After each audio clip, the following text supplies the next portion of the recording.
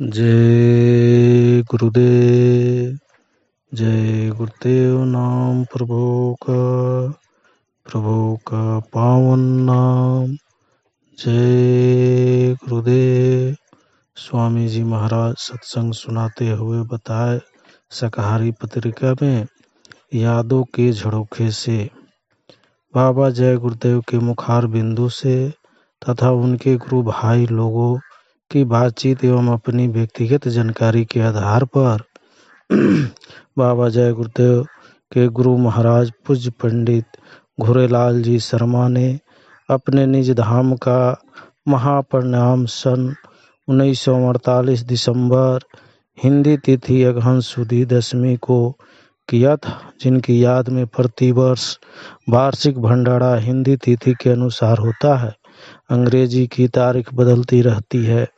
गुरु महाराज के अंतर ध्यान होने के बाद बाबा जय गुरुदेव जी सबसे दूर अलग थलग हो गए थे।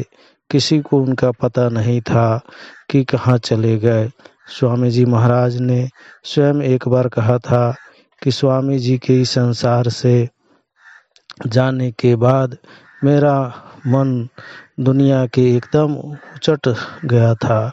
अगर गुरु महाराज का आदेश न होता तो मैं कहीं जंगल में एकांत जीवन बिता देता।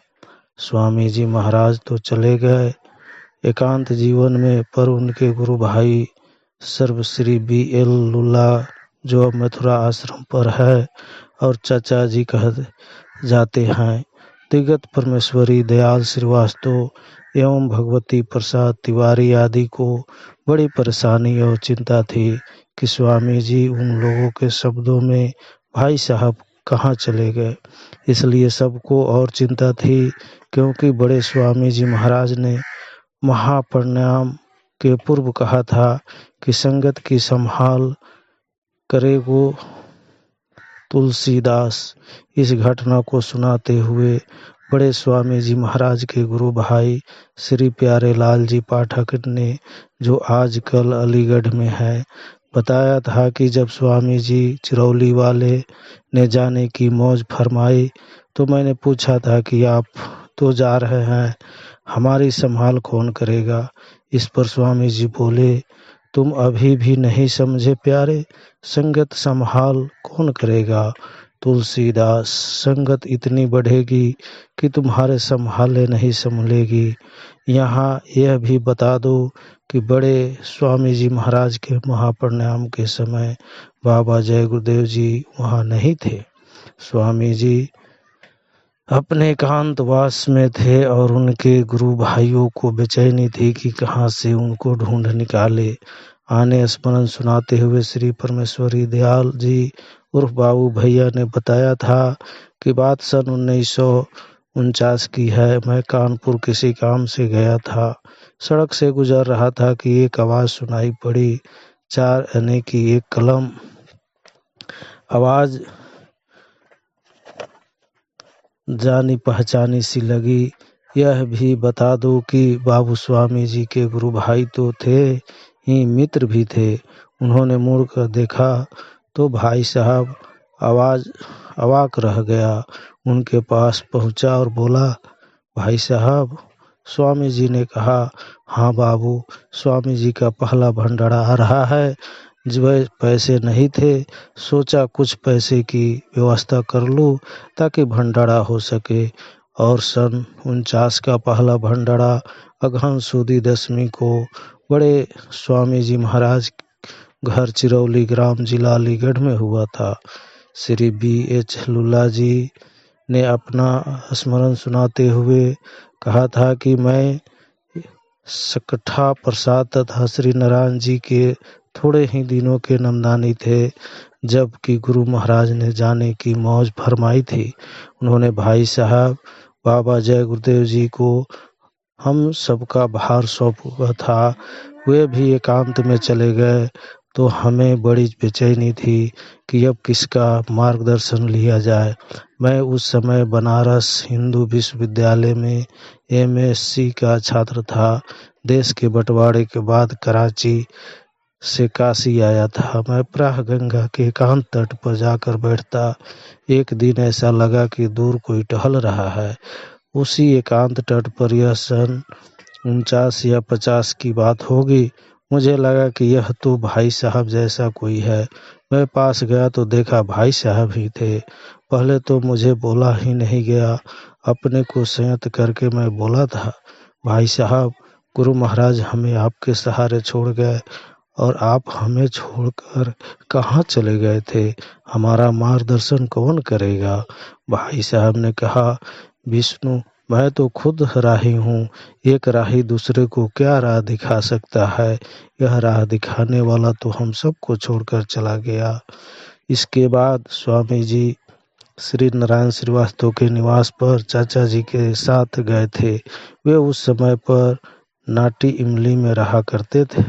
उसके बाद स्वामी जी महाराज को उनके गुरु भाइयों ने कांतवास में नहीं जाने दिया। स्वामी जी कभी कानपुर सट्ठा प्रसाद श्रीवास्तव के पास रहते, कभी बनारस रहते। कहने का मतलब यह है कि उनका आना जाना होता रहता। श्री नारायण जी श्रीवास्तव, जिन्हें सब लोग मैनेजर साहब कहते थे, इनकी एक बहन श्रीमती जसोदा देवी, जो अब भी वयोवृद्ध है, उस समय तकदीर की मार से उन्हें बेबद दिया था। वे आहत थी, बेचैन थी। मैनेजर साहब ने उनसे कहा था कि तुम भाई साहब स्वामी जी से प्रार्थना करो, तुम्हें अपने चरणों में लगा लेंगे, तभी तुम्हें शांति मिलेगी। जब वो स्वामी जी से प्रार्थना करती तो स्वामी जी का यही उत्तर होता कि मैं तो स्वयं एक राही हूँ, मैं क्या राह दिखा सकता हूँ। पर उन्होंने अपनी प्रार्थना नहीं छोड़ी।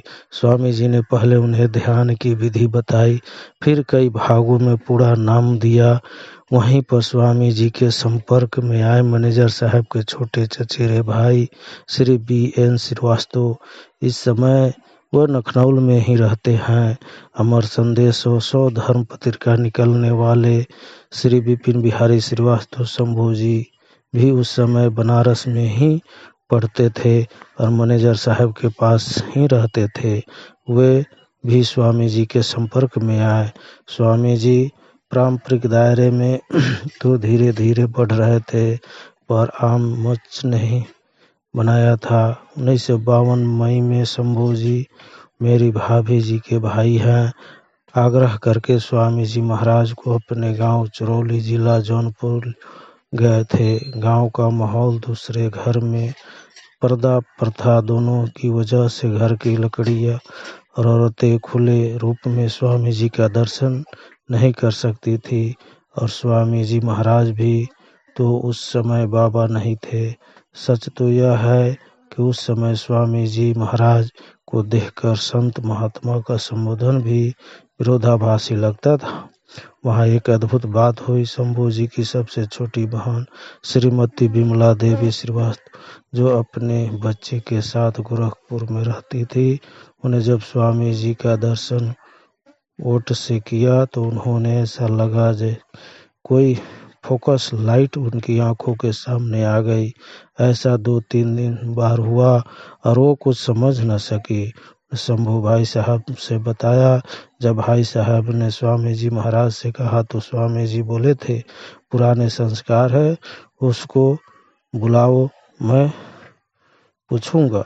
विमला देवी जब उनके चाचा जी की लड़की बिट्टू दोनों को साथ जाने का आदेश उनकी माता जी ने दिया, स्वामी जी के सामने जाने पर फिर वहीं प्रकाश और तेज विमला बहन की आंखों के सामने चमका। स्वामी जी की उन्होंने बताया। फिर स्वामी जी महाराज ने उन लोगों को नामदान दिया था। यह सब पारिवारिक दायरा था। इसी क्रम में जब स्वामी जी महाराज पुनः जुलाई में मैनेजर साहब के निवास स्थान पर पधारे थे तो शंभू भाई साहब ने आकर अदैली बाजार में मेरी भाभी जी को भी बताया था। फिर बहुत हाँ ना के बाद पूज्य स्वामी जी महाराज ने 10 जुलाई सन 52 को आम सत्संग करने की कृपा की थी। आज चतुर्मुख विकसित सत्संग का जो रूप है, उससे मात्र 20-25 लोगों से सार्वजनिक मंच से प्रारंभ हुआ था। जय गुरुदेव।